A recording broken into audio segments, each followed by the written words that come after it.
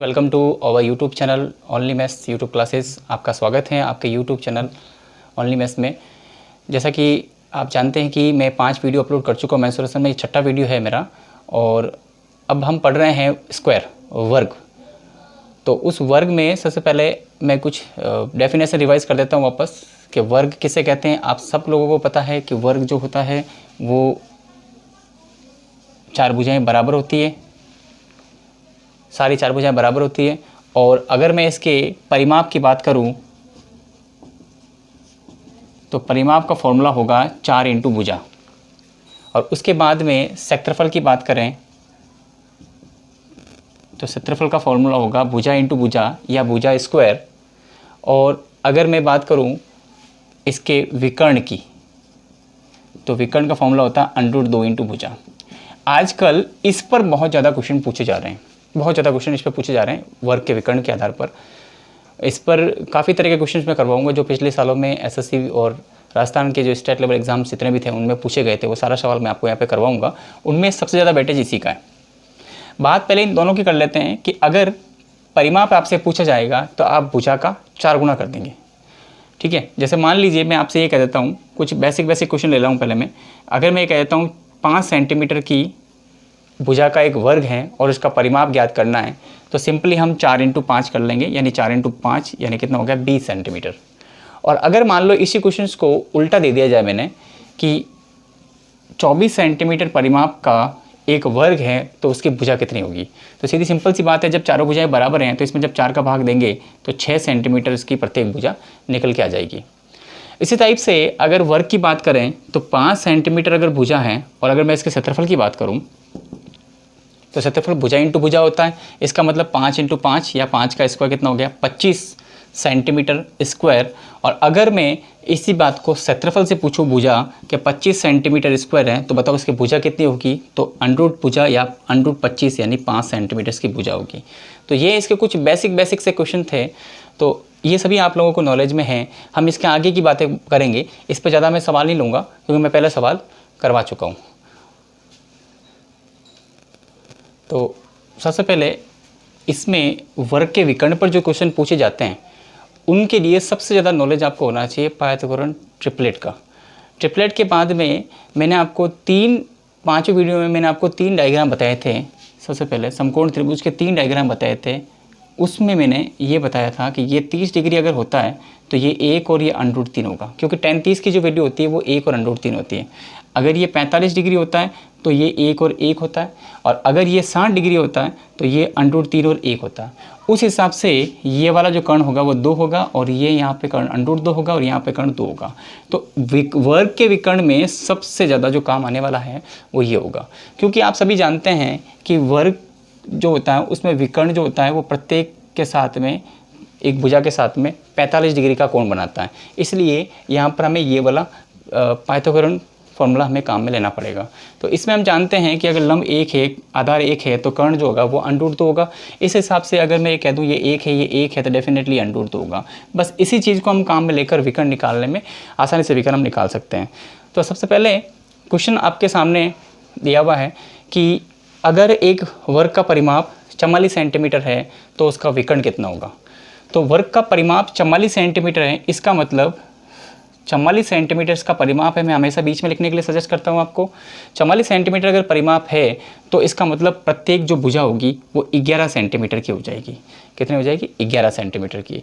उसके बाद में आपसे कहा गया इसका विकर्ण कितना होगा, तो आप देखिए अगर ये 1 है और ये 1 है तो ये √2 होगा। इसका मतलब ये 11 है, ये 11 होगा, तो ये क्या होगा 11 √2। इसका मतलब जो इसका विकर्ण होगा वो हमारा जो आंसर होगा वो 11 √2 सेंटीमीटर होगा। हमें बड़ी विधि से करने की कोई आवश्यकता नहीं। काफ़ी स्टूडेंट यहाँ से 11 और फिर उसके बाद में पाइथागोरस प्रमेय का फॉर्मूला लगाते हैं, उसके बाद उसको सॉल्व करते हैं। हमें इतना कुछ करने की आवश्यकता नहीं है। तो अगले सवाल की तरफ बढ़ते हैं, और आपका अगला सवाल ये है कि एक वर्ग का विकर्ण 4 √2 सेंटीमीटर है। यानी एक वर्ग है जिसका जो विकर्ण है वो 4 √2 सेंटीमीटर है। ये 4 √2 सेंटीमीटर है, यानी इस विकर्ण से हम आराम से भुजा निकाल सकते हैं। तो भुजा कितनी आ जाएगी, मैं आगे क्वेश्चन को पढ़ नहीं रहा हूँ, सिर्फ इतनी सी बात से मैं भुजा निकाल सकता हूँ क्योंकि आगे क्षेत्रफल की बात भी कही जा रही है। तो भुजा कितनी हो जाएगी, 4√2 सेंटीमीटर है। तो आप जानते हैं कि अगर √2 विकर्ण है यानी 4 से गुणा किया हुआ है, इसका मतलब एक का भी 4 गुणा कितना हो जाएगा, 4 सेंटीमीटर। इसका मतलब ये इसकी भुजा आ जाएगी। अब भुजा 4 सेंटीमीटर है, आगे बात बोली गई है कि एक दूसरे वर्ग का विकर्ण हमें ज्ञात करना है और इसका जो क्षेत्रफल है वो पहले वाले वर्ग के क्षेत्रफल का दुगुना। तो इसका क्षेत्रफल कितना हुआ, 4 का स्क्वायर यानी 16 सेंटीमीटर स्क्वायर होगा इसका क्षेत्रफल। और जो दूसरा वाला वर्ग बन रहा है वो वर्ग का जो क्षेत्रफल होगा वो इसका डबल है, इसका मतलब 32 सेंटीमीटर स्क्वायर। जब 32 सेंटीमीटर स्क्वायर इसका क्षेत्रफल है तो इसका जो भुजा होगी वो भुजा कितनी हो जाएगी, √32 को हम कैसे निकालेंगे, 32 कैसे दो टुकड़े करते हैं जिसका में एक पूर्ण वर्ग संख्या निकले, इसका मतलब 16 × 2, तो 16 का वर्गमूल 4 और 2 का वर्गमूल √2। इसका मतलब जो नया वाला वर्ग बनेगा उसकी जो भुजा होगी वो 4√2 सेंटीमीटर होगी। तो 4√2 है, इसका मतलब ये इसका √2 गुना हो जाएगा क्योंकि हम जानते हैं ये एक और ये एक √2 का √2 गुना कर लेंगे, कितना आ जाएगा, 4 दूनी 8 सेंटीमीटर। यही इसका आंसर होगा। तो इस तरह से हम आसान तरीके से इसे बहुत आसान तरीके से सॉल्व कर सकते हैं, वरना अगर आप इसमें पाइथागोरस प्रमेय काम में लोगे तो बहुत लेंदी हो जाएगा। सबसे आसान मेथड यही है अगर आप इन चीज़ों को यूज़ करें तो। ठीक है, अगले क्वेश्चन की तरफ बढ़ते हैं। तो अगले क्वेश्चन में क्या दे रखा है कि दो वर्गों के विकर्णों का अनुपात दे रखा है 5:2, यानी आपको दो वर्ग के विकर्ण दे रखे हैं। एक विकर्ण दे रखा है 5 अनुपात दूसरा वर्ग का विकर्ण दे रखा है 2। ये वर्गों के विकर्ण का अनुपात है 5:2। आपसे पूछा है इन्होंने क्षेत्रफल का अनुपात, आपसे क्षेत्रफल का अनुपात पूछा है A1:A2। तो आप क्या करेंगे, सबसे आसान काम बता रहा हूँ मैं आपको, फालतू में इसमें एक्स मानने की कोई आवश्यकता नहीं है। आपको सिर्फ एक ही फॉर्मूला काम लेना जो मैंने आपको बताया था कि अगर ये एक है तो ये √2 होगा, बस ये सिस्टम काम में लेना है। तो आप अगर देखिए ध्यान से, अगर यहाँ √2 होता तो काफ़ी आसान हो जाता। अब चूंकि ये अनुपात है 5:2 है, तो मैं चाहूँ तो यहाँ पर √2 और यहाँ पर √2 कर सकता हूँ क्योंकि अनुपातों में किसी भी समान संख्या से गुणा करने पर उसके अनुपात में कोई फर्क नहीं पड़ने वाला। यानी 5:2 अगर √2 से मल्टीप्लाई कर दूँ तो भी ये 5:2 ही रहेगा। तो मैं ही अपनी सुविधा के हिसाब से √2 कर सकता हूँ क्योंकि अनुपात है। तो ये √2 मैंने यहाँ पे कर दिया, ये √2 मैंने यहाँ पे कर दिया। क्वेश्चन हो गया आसान बिल्कुल। आप जानते हैं कि ये √2 है तो ये 1 होगा, तो ये 5√2 है तो ये कितना हो जाएगा, 5। इसका मतलब इसकी जो भुजा आ जाएगी 5 आ जाएगी, इसकी जो भुजा आ जाएगी वो 2 सेंटीमीटर आ जाएगी। काफ़ी किताबों में ये रूल्स दे रखा है कि विकर्णों का अनुपात भी भुजा के अनुपात के बराबर होता है। तो बिल्कुल सही है, लेकिन मैं कंसेप्ट सारी चीज़ें सिखा रहा हूँ आपको, कंसेप्ट को किस तरह से काम में लेना है उस तरह से सिखा रहा हूँ ताकि XYZ अगर कहीं भी लिखा हुआ आ जाए तो आराम से आप काम में ले सकते हो। सपोज करो X अनुपात Y अनुपात कुछ ऐसा कुछ सिस्टम आ भी गया तो भी आप आराम से काम में ले सकते हो। कंसेप्ट को पकड़ के चलो, रटने की कोशिश मत करो। आप चाहो तो रट भी सकते थे कि 5:2 विकर्णों का अनुपात है इसलिए भुजा का अनुपात भी 5:2 होगा, लेकिन मैं आपको सजेस्ट करता हूँ कंसेप्ट पकड़ के चलोगे तो कभी नहीं अटकोगे। तो आप कंसेप्ट पकड़ोगे, मैंने √2 से मल्टीप्लाई कर दिया, कोई मान में परिवर्तन नहीं होगा।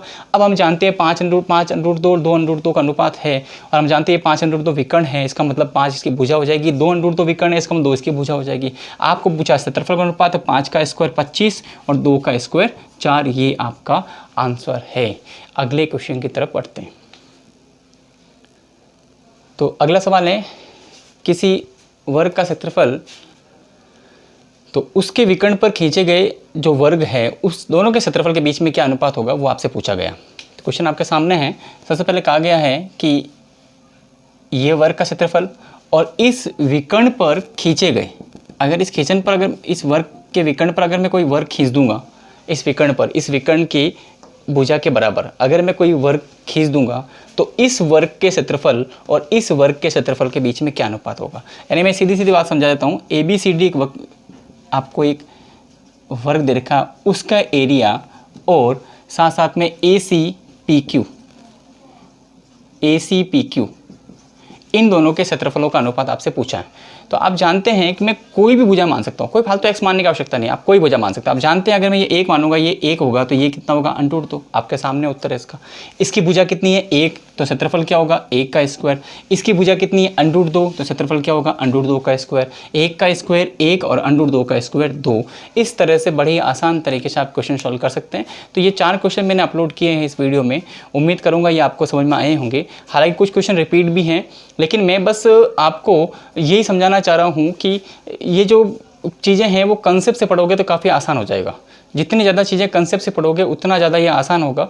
तो आप लोग ज़्यादा से ज़्यादा कंसेप्ट से पढ़ने की कोशिश कीजिए और मेरे इस वीडियो को ज़्यादा से ज़्यादा लाइक कीजिए, शेयर कीजिए और सब्सक्राइब करना ना भूलिए। Thank you very much.